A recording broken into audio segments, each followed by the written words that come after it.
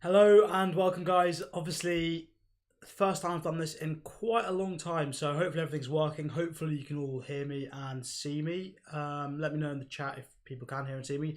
But first of all, I wanted to start off with a massive thank you, because a lot of you guys have shown us a lot of support in the United View with obviously the new tactics show. I'm loving doing it every single week. It's been brilliant, and the support you guys have been giving me is fantastic, and we're enjoying bringing it to you. And the thing I'm enjoying most about it is all the comments you guys leave, all the interaction, and just being able to deliver something that not really many other fan channels are doing. I think that's the biggest strength of what we're doing there. Is that it's not something you see in every other place. I think a lot of fan channels are built on different things, on sort of characters, controversy, on sort of just different ways of seeing football. But for me, it's something I wanted to stick to, which is a bit more sort of structured around the actual football itself, a bit more tactics based. And so I'm really enjoying that. Thank you guys for the support you've shown me. Obviously, there's a lot of you that are new, in terms of some of you recently followed me on Twitter. Some of you have recently followed me on Instagram, whatever else it might be. So thank you for that. And some of you followed up, obviously some of you have subbed to the YouTube channel as well. So thanks for doing that. Really do appreciate it. And the point of today's stream, so obviously no football this weekend now, so I wanted to just get into talk tactics, talk some stuff more generally with what's going on in the Premier League at the moment. So the idea then, the thinking really is it's going to be, I guess, based a little bit around Arsenal, because I think for me, the way they're playing so far, they've really impressed me. And we mentioned this in the UV show after they played Man United. Look, tactically, they give a lot of teams a lot of problems, but there is one huge flaw in Mikel Arteta's system. So we'll get onto that and why it means that they could be exposed throughout the rest of the season, and why it hopefully means that a lot of teams can beat them. So this early promise of them being top of the league, hopefully, I don't think it will last too long. I think hopefully when teams do manage to figure out what they need to do, it should be sort of a run of bad games for them, and they might have to change their system, which makes them less effective in attack as well. Hi Ali, mate. I haven't seen you. Oh, missing you, man. I've not seen you in a long time. Are you coming back anytime soon, or are you living your life just doing your thing now? Cheers, and cheers for the kit as well. The kit is a really nice shirt. Got it off a put it this way, it wasn't an official one, but it is pretty nice. Can't really tell the difference too much. I think the badge is a bit small, but yeah, no, good to see you. Haven't seen you in a long time.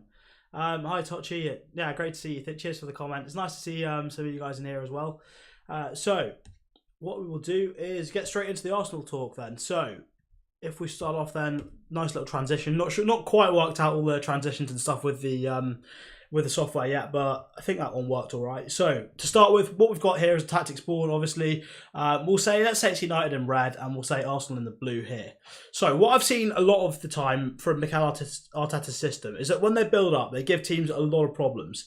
And the main reason they do that is obviously they've got a lot of left footers. They've got, in this case, obviously the left back Zinchenko recently.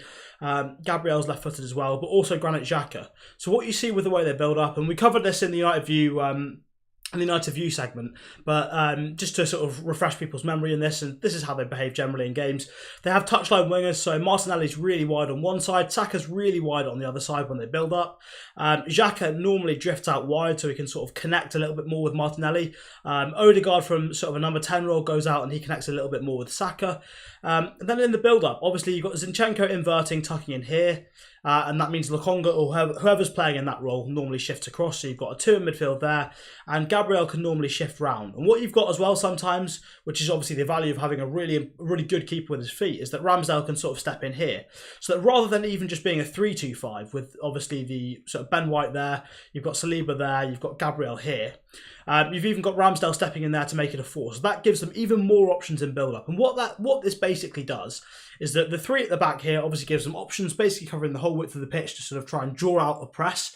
And then beyond that, they've got options pretty much everywhere. So if the pressing wingers on the opposite team are really wide and they're sort of trying to lock onto the outside defenders in the back 3 there, the ball can go straight between the lines to one of the 2 players there, because obviously the number 10 for the opposition side, Bruno in this case, he wouldn't be able to mark both Lokonga and Zinchenko in that situation. So it's a pretty easy ball through the lines. So what most teams end up doing as a result is they start their wingers fairly narrow, try and stop anything coming through the middle, because obviously as a football team, you don't want to be getting passes through the middle because it means your defensive block's in disarray, players have got to make decisions. That's when things tend to go wrong in general. So what they tend to do is stay fairly narrow to start with, and then try and go out wide as quick as they can once that ball goes wide. So once that pass is made, the winger's job really intensity-wise is get there as quick as you can, And over the course of 90 minutes, by the end of the game, wingers aren't able to do that as quickly as they are at the start. So that's one of the strengths of Arsenal's build-up. It tires other teams out because there's so many options. But when they do get the ball into this defensive line, into this three here,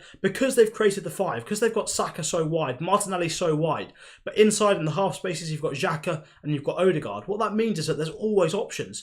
So you're also, as well as overwhelming the front four from the opposition in terms of where to press and where to go, you're also really overwhelming the double pivot here. And that's if they're playing a double pivot. Some teams play with a single pivot, so it's even harder.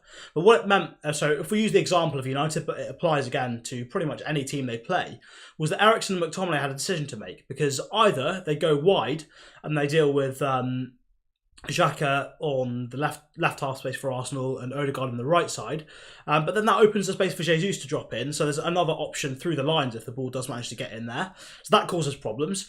And United in general, to be fair, we dealt with it quite well. We had Varane and Martinez going in there with Jesus when he dropped in, and sometimes Jesus did manage to turn them, but that's the value of having a centre-back pairing that is mobile. So if you have Harry Maguire, he's not going in there, and all of a sudden then that's a massive problem. What turns out to be a bit of a slight system issue with the way that Arsenal build up, if you've got a slow centre-back that doesn't really want to go in there with them, and Jesus just sort of starts on that slow one every time if it was Maguire, that then becomes a huge problem all of a sudden. So Arsenal create problems and overloads all over the pitch, but the problem that Arsenal have got is that when they get the ball into the final third, because of this emphasis really on forming these wide triangles. So if you look on the left side here, we've got Martinelli, we've got Xhaka, and normally then, once they've got past the build-up phase, Zinchenko will come in and join them there. So what you end up with is basically a triangle either side. So you've got that triangle there of Martinelli, Zinchenko, and Granit Xhaka. And on the other side, you've got Saka, obviously, on as wide as possible. You've got Odegaard a little bit further in field. Sometimes it'll be Lokonga joining in there, or whoever's playing in that role for Arsenal at the time. It's not always Lokonga. But other times it'll be Ben White that joins in there instead. And what it means is that when they lose the ball in these advanced areas, and this is the number one flaw with Arsenal's system, because of these triangles either side, when they lose the ball in these advanced areas, they've got 6 players either side. They've got 6 players on the right side, so 3 players on the right side, 3 players on the left side. So what that means is that if you win the ball back from Arsenal, let's say you win it back from this triangle, all it takes to beat their counter-press, because they've got so many players constrained to the wide areas of the pitch, all you've got to do is one ball into your pivot. So one ball, as we saw for the United goal, Dalot into Eriksen there. And because of the situation it's in, with Arsenal having 3 players either side, there's very few players centrally. So if you can get that ball into the centre, this player, if they've got quality, they've got time to pick their head up, find that ball into the front 4, if you're leaving 4 players up the pitch, or whatever the situation is, if you're leaving your wingers up, they've got time to pick their head up, pick that pass, get that ball in there, and all of a sudden, all it takes is Lokonga makes the wrong decision if he's involved there, or the ball goes to the other side of the pitch, and all of a sudden, the Arsenal players, depending on what sort of shape they're in, if it's White or Lokonga that's gone forward, they're in panic mode, because all of a sudden, they've got a 3v3 or 4v4. So all it takes is one ball into the centre, because their players are so wide. So yes, whilst it gives them great strength and build-up, because they've got a lot of options all over the pitch, they've got that whole front 5 to aim for, loads and loads of options. It means that if you can, when you win the ball back and when you're defending deep, one pass into the centre of the pitch, that player should have time and space. So you basically beat the Arsenal counter-press incredibly easily with just one pass, really, to unlock that. And obviously this player in the middle of the pitch needs to be capable of getting a good, an accurate pass and a well-weighted pass into the front 4 so they can turn and go. But if you do that, you put the Arsenal defenders straight into an emergency defending situation. You force them to think quickly, force them to make decisions, and in that sort of situation, unless you're one of the best defenders on the planet, if you have that sort of situation 5-6 times throughout 90 minutes, you're going to make the wrong decisions a few times. And as long as the opposition team punish them, which United did, that's going to be a problem for Arsenal throughout the season. Because look, for whatever you can say about Zinchenko's qualities and build-up, you put him in a situation where he's in an emergency defending situation where he's got to make quick decisions. He's got to know whether to go sort of infield and try and track a runner, or whether he's got to stay out and hold his position. He's going to make mistakes. That's not his strength. And the system is built to get the best out of him in possession, but you put him in those situations out of possession, you put Gabriel in those situations out of possession, they're going to struggle. And so right throughout the season, this is going to be a problem for Arsenal. Now, the way they get around this, for me, I think it depends who's playing in this sort of the right side of their pivot here. If it's El Neni, that helps them a little bit in the sense that he's more used to being defensive. He can sniff out danger a little bit better. He can anticipate things a little bit better. And I think because of that as well, he can, and because he's got more legs as well than some of the other players in that position, so he's able to sort of cover more ground and sort of disrupt the situations a bit more when they arise. But for me, it's a problem with the system in general that you're leaving one player here, and if this player gets beaten, whether it's they get beaten 1-to-1, 1v1 in a duel, or whether it's that the ball goes to the other side of the pitch, all of a sudden your defence is horribly exposed. And I've seen some of the AFTV guys talking about this. Obviously, James was mentioning it on his breakdown as well. Is that a lot of the time you see Arsenal set the ball come through on the counter against them, and it's just the defenders exposed, and this is why. It's not an accident. It's not.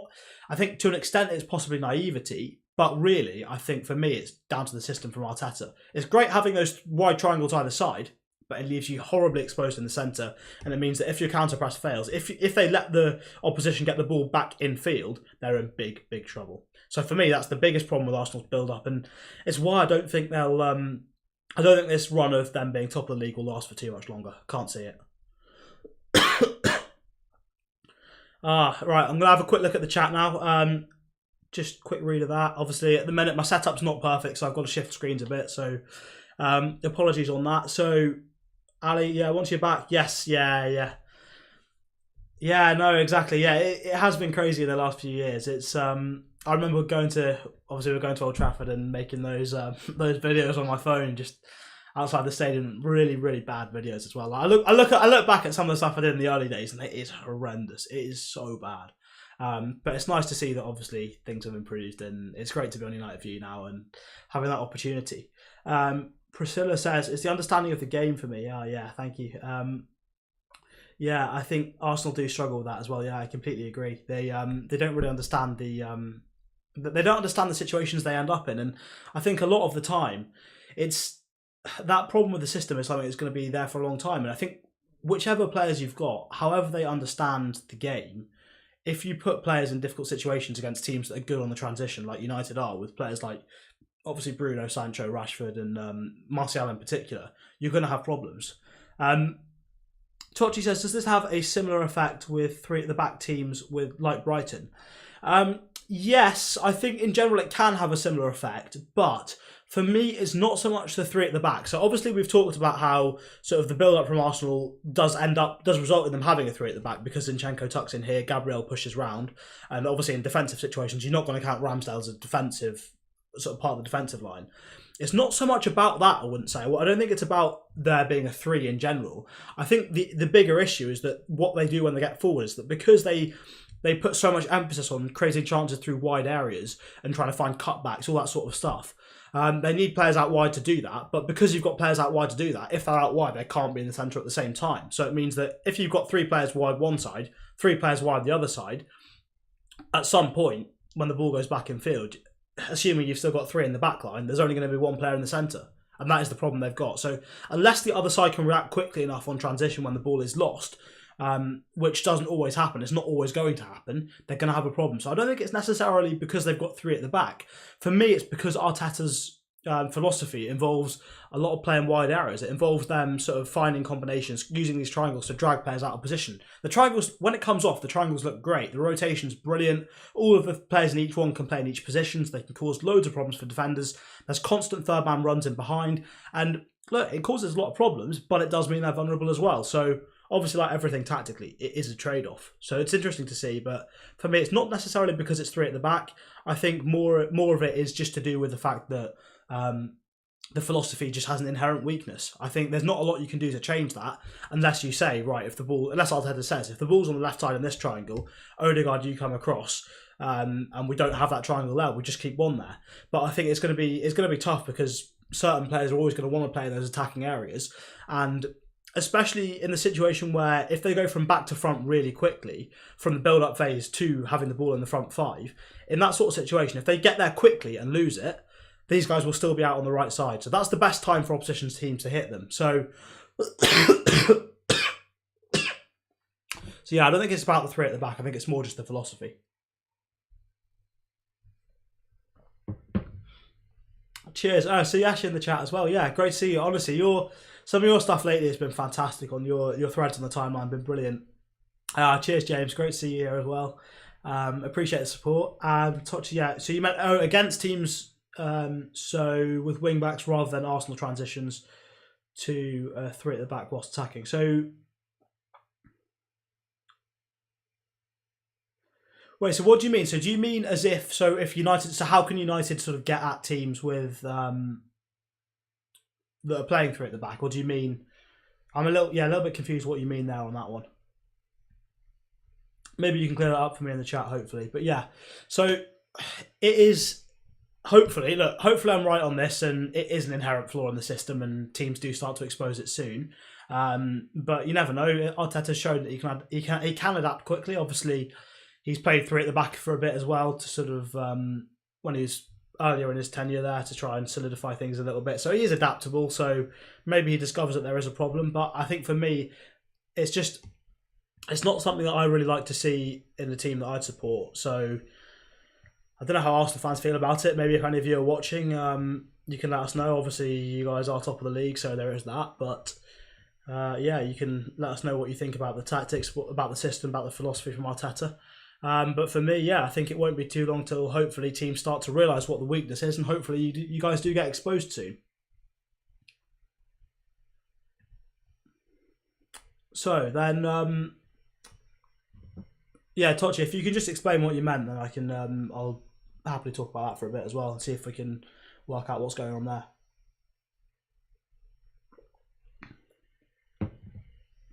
But yeah, I think in the next thing I wanted to talk about is on here is I wanted to talk a little bit about Guardiola versus Ten Hag. So in terms of the colours that I've chosen here, it was actually a complete accident. So it happened. I opened up the software, and it just turned out that the teams that I put on last time were red and blue, but it works really well for United versus City in terms of comparison.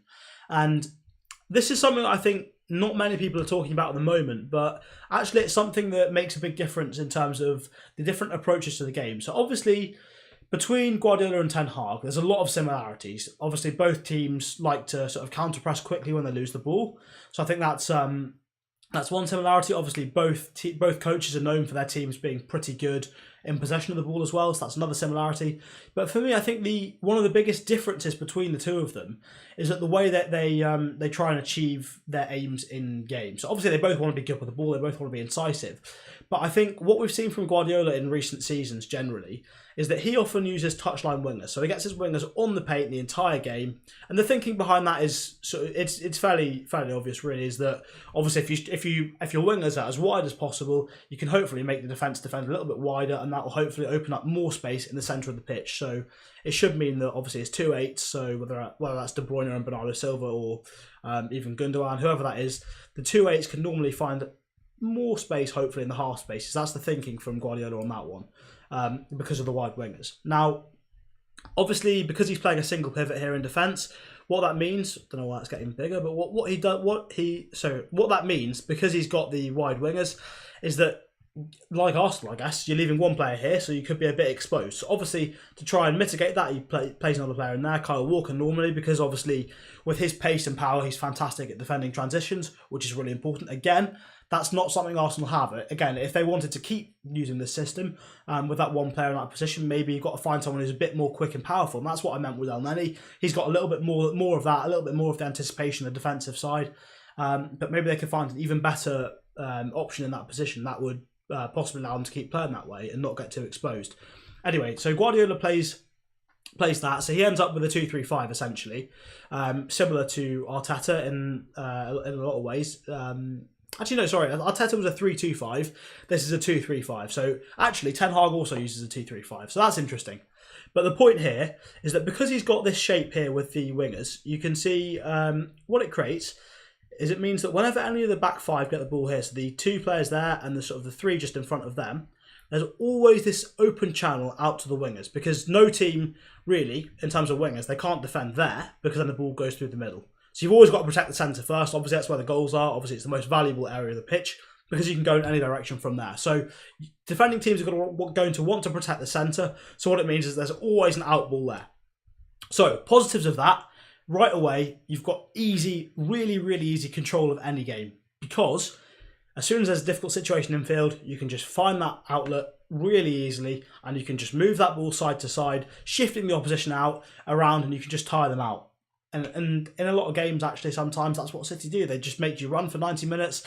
And if they can shift the ball side to side quick enough, then sometimes they can find gaps. But if not, by the end of games, teams are tired. They can find little pockets, find little spaces, and they can hurt them that way.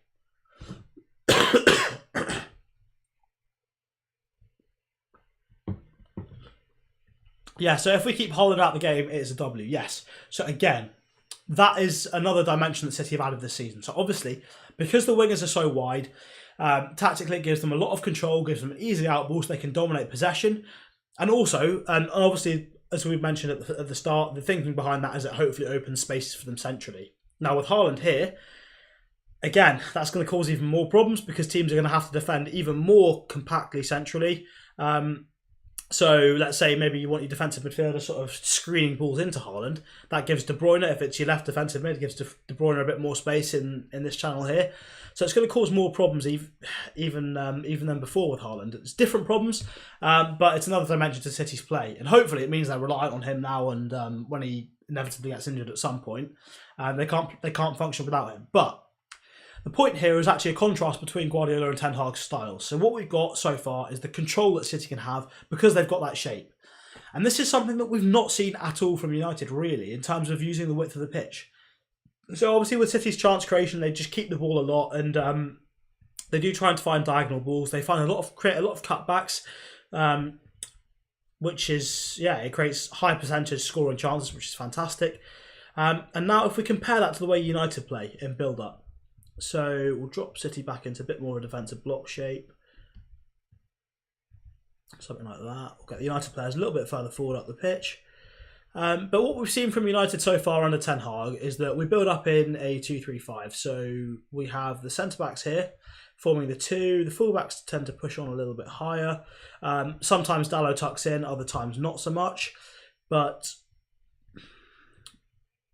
yeah, so Eriksen, McTominay and Bruno there. Bruno's normally actually finding little pockets in a bit. To be honest, actually, you know what? Rather than describing it as a 2-3-5, let's say it's a 4-2-4 for now, or a 2-4-4. So we've got the back two there.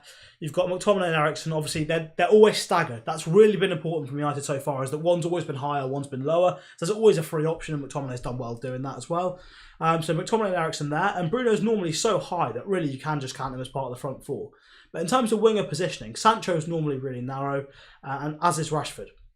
And what that means is that there isn't that easy outball from United. You can see that, especially if Dalot's tucked in, when these guys get the ball here, if City or the opposition in this case, whoever that may be, if they're tucked in narrow, the ball goes in there, this guy's under pressure from, let's say, this midfielder, for example, there isn't that easy outball that you can just knock the ball to. So what that means is that in games like we saw against Real Sociedad, it can be really, really challenging to retain the ball.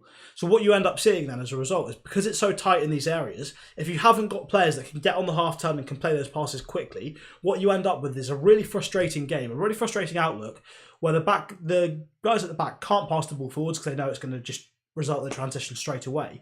So what they're doing is just shifting it between themselves, sometimes out to the fullbacks either side, until a really obvious passing option opens up. So it's really frustrating to watch because there's nothing going forward. It's like some of the worst parts of the Van Gaal era, because if you haven't got the players in those positions to find diagonal passes between the lines, there isn't an easy outlet. So you can't just control possession by moving the ball forward to the wingers, back across and out the other side. It doesn't work like that under Ten Hag because we're a lot narrower. What it does give us, though, when it works well, is that it means there's a lot of players in close proximity. So you can play really nice diagonal combinations. That's supposed to be the ball, I'm not the player, but yeah. Anyway, you can play really nice diagonal combinations, and you can find, and because, like we said with the Arsenal stuff earlier, if you can get the ball to players inside the opposition's defensive shape, which is what Ten Hag's all about, you start immediately throwing them into disarray, throwing them into chaos. You're dragging players out of position left, right and centre. You're forcing every player into decisions. So let's say in this situation, you've got Eriksen, let's say McTominay gives it from here to Eriksen here. As soon as Eriksen gets the ball, because he's inside the defensive structure, rather than sort of being out here in front of it, because he's inside the defensive structure, this guy's got to think, hang on, I need to stop passes going somewhere else. So he might have to move. That might open up a gap here for maybe Sancho to drop in. Or this guy's got to think, right, I need to go and press him, and that might open up a gap for Martial or whoever's playing up front to drop into. So as soon as you get the ball inside the opposition's defensive structure, you cause problems immediately. And that's the difference in philosophy, really, is that Ten Hag, he doesn't necessarily want to control possession for the sake of it. He wants to be incisive. He wants his players in positions to cause problems immediately when they receive the ball. So City under Guardiola are a lot more patient. They have a lot more control of games, whereas United, we've struggled to control games with the ball, at least. We've controlled games with good defensive shape, but we haven't controlled games by having possession, because that's not what we're set up to do under Ten Hag. We're set up to make really short, sharp, incisive attacks. And the other benefit of this, because we've got so many players centrally, it means that if we do lose the ball in these sorts of areas, it gets knocked out. It comes to a United player, because the most likely area for a clearance to go, really, is somewhere in the middle of the pitch. And so wherever it goes, if the opposition try and play out, or if they clear the ball, within 1 or 2 passes, a United player is right on them. So we've seen that although United can't control games with the ball necessarily, when we have had the chance to create attacks, and we've been incisive, balls get cleared out, we can have wave after wave after wave. It may only last for 5 or 10 minutes at a time, rather than City having the ball for sort of 20, 25 minutes at times. But it does mean United have wave after wave of attack, and a lot of times, because when the clearances happen, it's going back into the opposition's defensive structure, as we've said, and United are picking up the ball in random positions. It's difficult situations for the opposition to deal with. It's not something you plan for. It's instinctive, reactive decisions, and a lot of times that will cause gaps to appear. It will give chances for United to sort of break teams down. So it's a difference in philosophy, and obviously with so many players centrally, you can get a lot of players in the box, which has been another strength of what we've seen so far under Ten Hag. So for me, I just wanted to talk about that in terms of a really interesting battle tactically between two coaches that both have similar principles in terms of counter-pressing, in terms of trying to be good on the ball, but have different ways that they go about it. So obviously Pep controlling the ball, looking to keep possession for long periods in games, but Ten Hag instead looking to sort of create short, sharp, incisive attacks through lots of diagonal passing combinations. Have a quick read of the chat if there's anything in there now. So okay, yeah, Tochi's cleared up what you mean. So I think I'll come back to that in a minute, Tochi. Thank you for that. Hopefully I'm pronouncing your name right. If not, then let me know. Okay, so yes, with the way United are playing, it's been interesting to see the contrast between the two sides. And I think something else that's worth mentioning, and this is why Cristiano Ronaldo isn't playing for Manchester United. So with Ten Hag's system, with so many players sat narrow, and obviously relying on those diagonal passing combinations, what is really, really important to allow that to happen is that you've got a striker that pushes the defensive line back. If you have that, it allows gaps to appear between the lines, and you need gaps between the lines for these diagonal passing options to appear.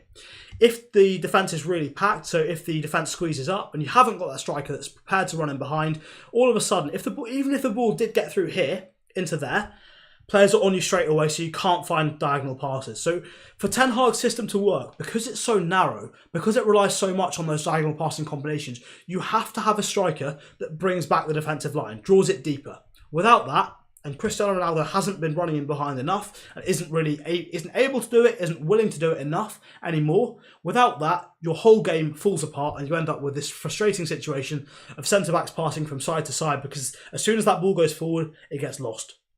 Because the defence can be too compact and you can't sustain your attacks, you can't retain the ball. So that is why Cristiano Ronaldo has been left on the bench, he's not been playing, and Marcus Rashford has been playing in the absence of Anthony Martial, because you need that defensive line to be stretched to create the opportunity for those diagonal passing combinations.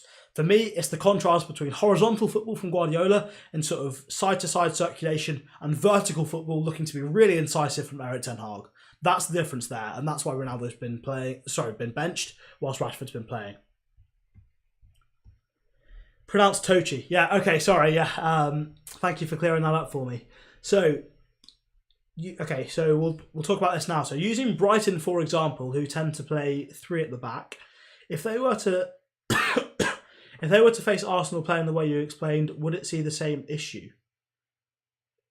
Hopefully, would it be a bit clearer? Okay, yeah, so you know what? I've not thought about that, so we'll draw that up. So we'll say for this one, we'll put Brighton in... You know what? We'll put Arsenal in the red.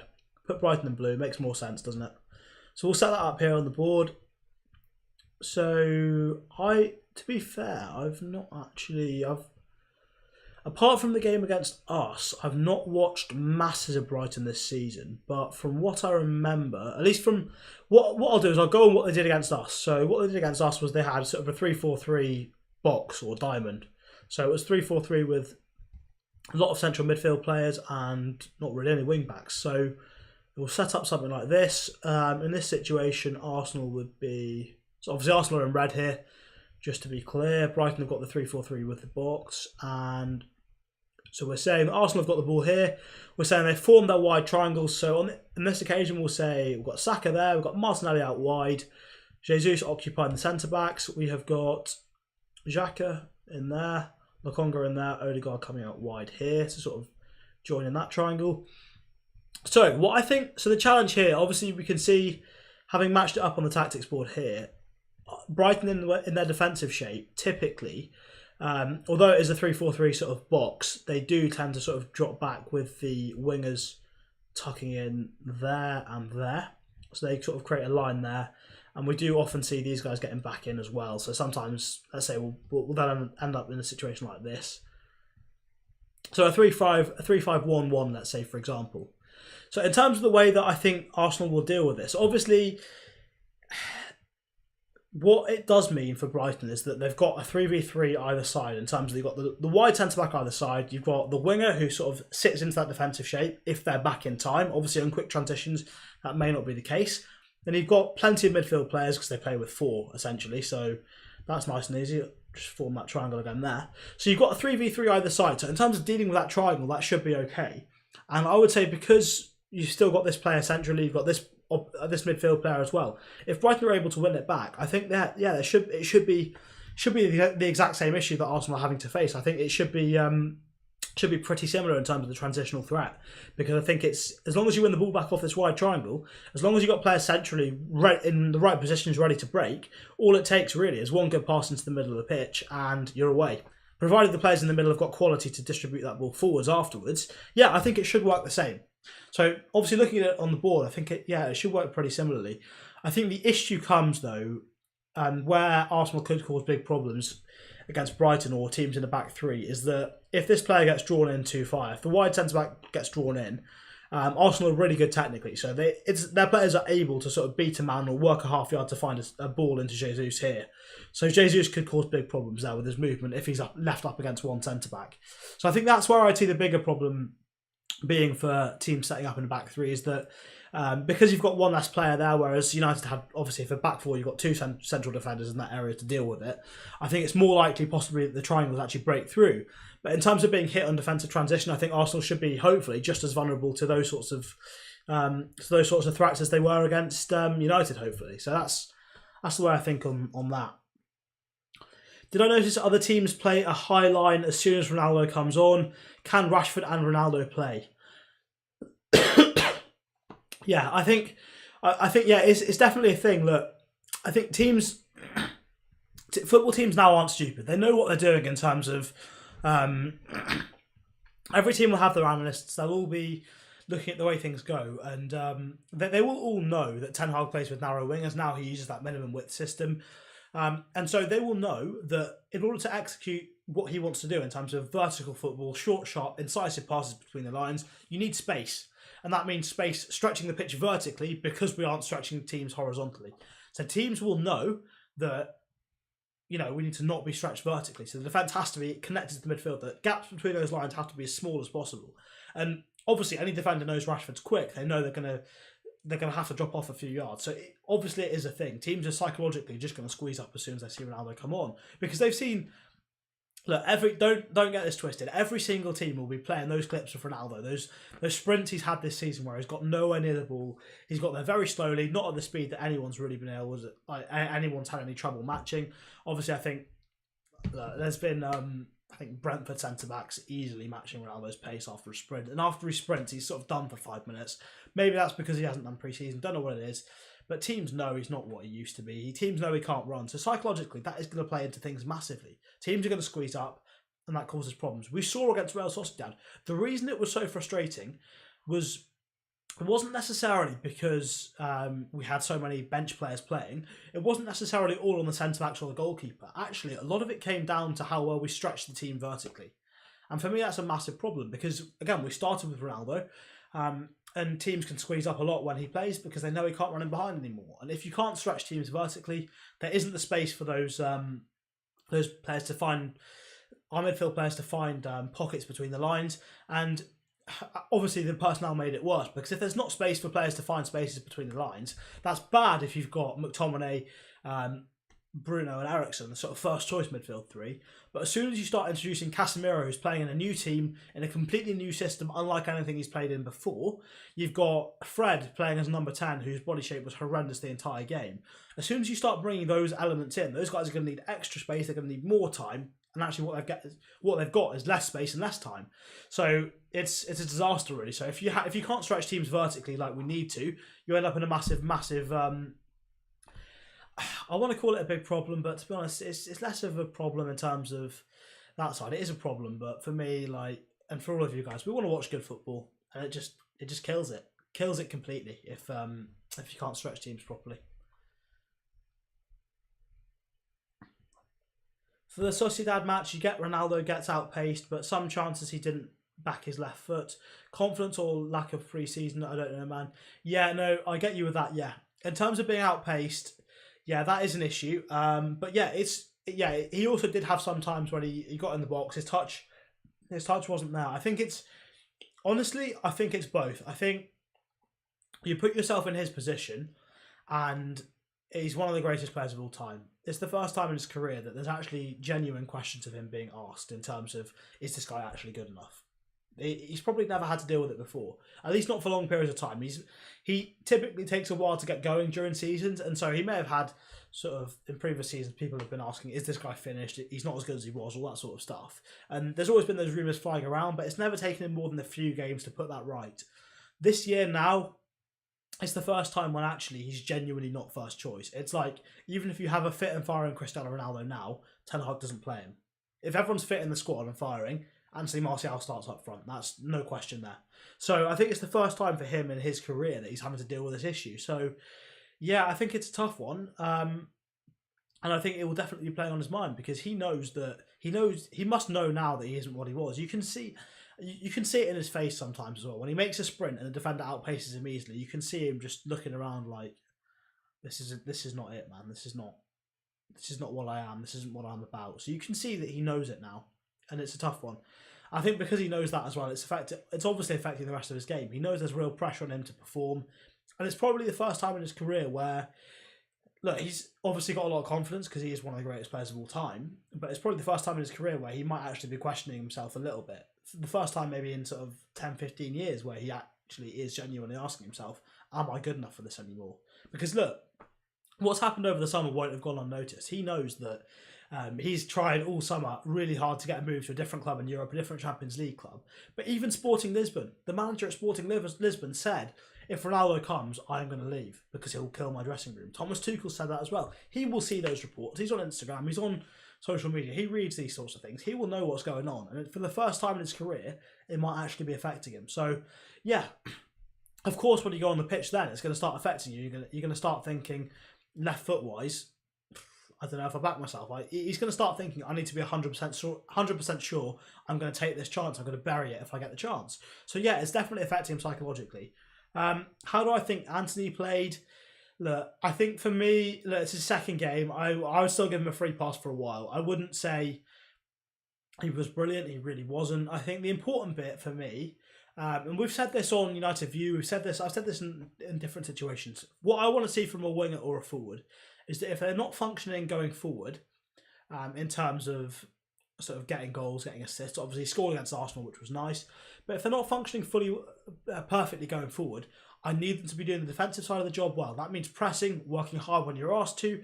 That means tracking back, getting into shape, helping out your fullback when you need to. It means also, in terms of working hard, that you're making the right runs still. Even if things aren't working when you get the ball, make the right runs, because it'll help to stretch the defence and help to create space for other players. Those are things I want to see. And to be fair to Anthony, so far, I have seen that. With the ball, he's not been there yet. He's nowhere near what we hoped he would be in terms of hitting the ground running and being incredible off the bat. But he'll get there eventually, I hope. And I think if there's a manager that's going to bring the best out of him, it's Ten Hag, because system-wise, he'll be doing something very similar to what he did at Ajax. But as long as we still get the baseline in terms of him working hard, when we've got the ball, in terms of making the right runs, making himself available, and defensively helping out his men, helping out with pressing as well, working as hard as he possibly can. As long as that's going on, I don't mind, because realistically, Rashford's not great on the right. Sancho has not really lit up the world this season, so he's not any worse really than those guys. So as long as he's working hard, give him time to get up to speed. So he's not been great so far, but yeah. The manager of Sporting denied saying those things. From what I saw, I thought he'd said it sort of directly in a press conference. I thought he was really upfront with it. I might be wrong with that, so obviously let me know if that's the case. But yeah, I think he was. At least from what I saw, I thought it was pretty clear cut in terms of what he said. Maybe not, but you can't deny either way that Ronaldo's tried to get a move away and no one's wanted him, so it's a difficult one. Right, I'm just going to have a quick 30-second pause so I can, or have a long pause so that I can grab some water, just sort of sort myself out. Any more questions or anything you want talking about, I can probably do another sort of 10-15 minutes. So anything else you want to talk about or bring up, I can get the tactics board back out, any of that sort of stuff, let me know. Yeah, quick break, back in a second.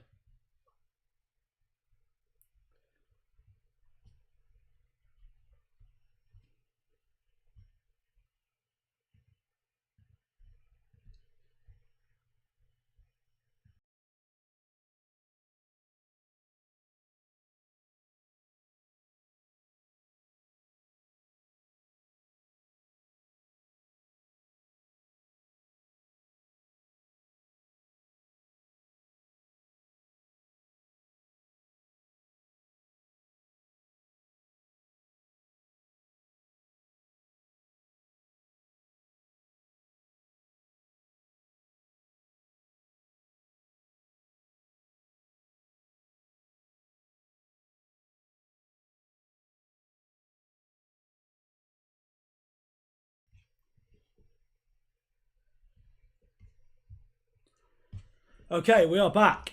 So, the final bit, the last bit I wanted to do in the show, hopefully it will show up again. I'll wait 1 second for the picture to hopefully show up. Yep, it is back. Good. So the last thing I wanted to talk about, to sort of finish off the show, I thought we would do some Premier League predictions. So FH just had that in the chat. So, yeah. Right. We'll go from the top. First place, I think City are going to win the league. I think that's fairly obvious at this point. It's Arsenal aren't keeping this run of form up, so they're going to win. City top, 100%. Second place is, for me, I think the teams that are in. First of all, I'll say the teams I think that are in with the top four shout. For me, that is Arsenal, that's United, that is Chelsea. I think under Graham Potter they'll be fantastic, and that is Spurs. I think Liverpool are finished. I think they're in big, big trouble. With Thiago back, I think they'll start to do a little bit better. But for me, the Liverpool system is falling apart, and there's a lot of reasons for that. None more so, really, than just the lack of effort that some players are putting in. The work rate, the sort of physicality, that side of the game, which is what they've built their success upon in recent seasons, is gone. So I don't think they're even in the top four race anymore. I'd write them out completely. I'd say City to win the league. The top four contenders: United, Chelsea, Spurs, and Arsenal. In terms of what order they finish, for me, I think Spurs come second. So City, Spurs. I think now between United and Arsenal, I think it's really tough. I would say I think Chelsea are going to finish third. I think under Potter they'll have a good revival. And I think especially if he gets backed in January, which he probably will with a fair bit of money, Todd Boehly seems to want to just back his managers. He seems to want to be really involved in the football project himself, which may hurt Chelsea in the long run. But I think they'll have a great first season. I think Potter will get exactly what he wants in terms of transfers. Whether or not he goes and raises Brighton like Ten Hag's done for Ajax, I don't know. That'll be an interesting one to watch in January. But one thing's for sure, whatever happens with that, Brighton won't sell their players cheap. When there was talk of, I know myself and quite a lot of other people wanted Rob Sanchez at United over De Gea, and Brighton, I think they were saying that he was worth 50 or 60 million. That's the big difference now. Teams like that, they know how much their players are worth. They're not going to get them cheap. So maybe it won't be possible for Potter to raid Brighton, but we'll see on that. Anyway, yeah, so Chelsea third for me. 4th place, between United and Arsenal, it's really hard to call. I'm going to go with United. I think in terms of, the feeling around Old Trafford right now, the atmosphere obviously in the ground, I think the way that the fans are cheering every single block, every single tackle, every single clearance, and that's really that's helping the team. The team are helping sort of perpetuate that cycle, and it means that every time you can see the defenders loving it. Every time they sort of tackle someone, they're high-fiving each other. That aggression, that intensity, that passion for the club to win the ball back is what we've been missing for so long. And I think as long as that lasts, and especially if there's more rumours of the club being sold, with the pressure that's being put on the owners at the moment, I think that is going to last for a while. I think that will carry United through a lot of games, and I think we'll finish 4th. 5th, then go Arsenal. 6th, I think, is Liverpool. That's where they're going to finish. Below that, honestly, not too sure. I think below that, obviously, as a United fan, we don't tend to get too invested in what's going on sort of below the top 6. Obviously, that sounds a bit arrogant when we've not been great at recent seasons. But in terms of the clubs below there, we don't really sort of deal with that too much. But for me, okay, below that, 7th place, I would say Newcastle.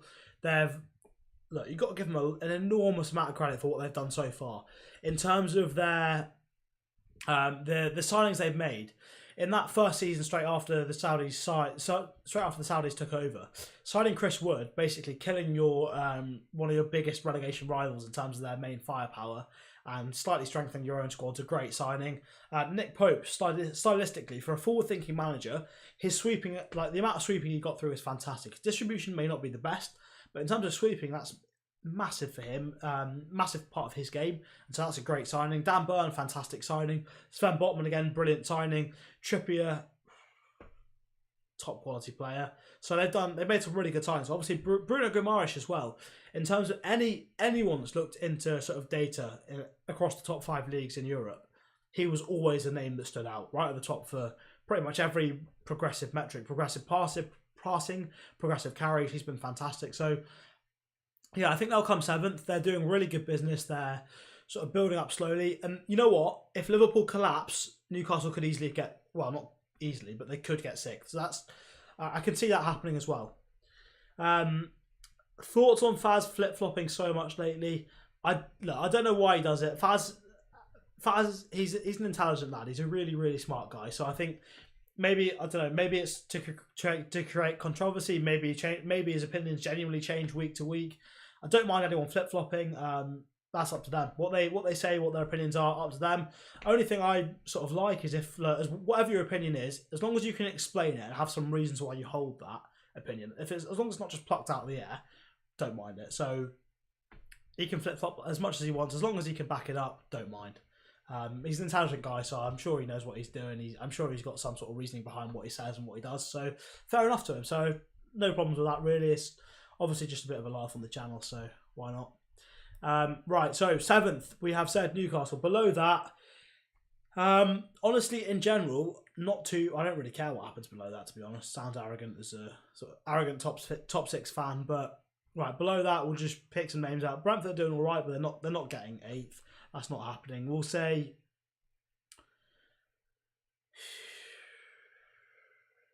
I mean, from what I've seen so far, a lot of teams are in a lot of trouble, not doing very well. Leicester are screwed. Forest aren't staying up. There's no way. West Ham are in trouble. Everton are not great. Palace, okay, maybe Palace 8th.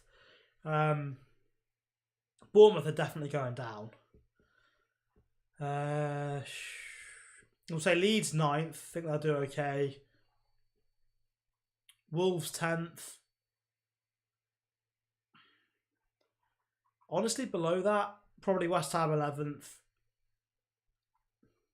By the end of the season, Leicester 12th. Obviously, new manager. Hopefully, they can get something out of it. So Leicester 12th. Southampton 13th. Villa 14th. Can't see them doing too much, really. I want Everton to go down, to be honest. I'd say Leicester. No, I've already put Leicester in. Maybe Fulham 15th. Brentford 15th, Fulham 16th. Who else? I don't even know what clubs are left. What's left at this point? Obviously, Forest, Bournemouth. Forest, Bournemouth, and Everton go down, hopefully. I think Wolves are left, so put them somewhere there. I don't even know what's going on in the prediction at this point. So, yeah, that's the end of the predictions. It's maybe next time I'll write it down so I know what's going on. But, yeah. And that's the end of the predictions. And look, that's the end of the stream for tonight. I've enjoyed it. Hopefully I'll do some more soon. I think as the season goes on, I can build more of a sort of regular schedule. Maybe might be Tuesday evenings, might be maybe Thursdays. I don't know yet, but hopefully I can build a more regular schedule. But again, same way as I started the video, I want to say massive thanks to all of you guys for the interaction, the comments, the support you've shown lately. Whether that's following me on Twitter, Instagram, TikTok, subbing to the channel as well. Obviously, if you're not subbed, get yourself subbed. And also the comments and the great feedback we've had on United View. That's growing really fast. Love doing it, so thank you for that. And yeah, keep it up, and we will see you guys again soon.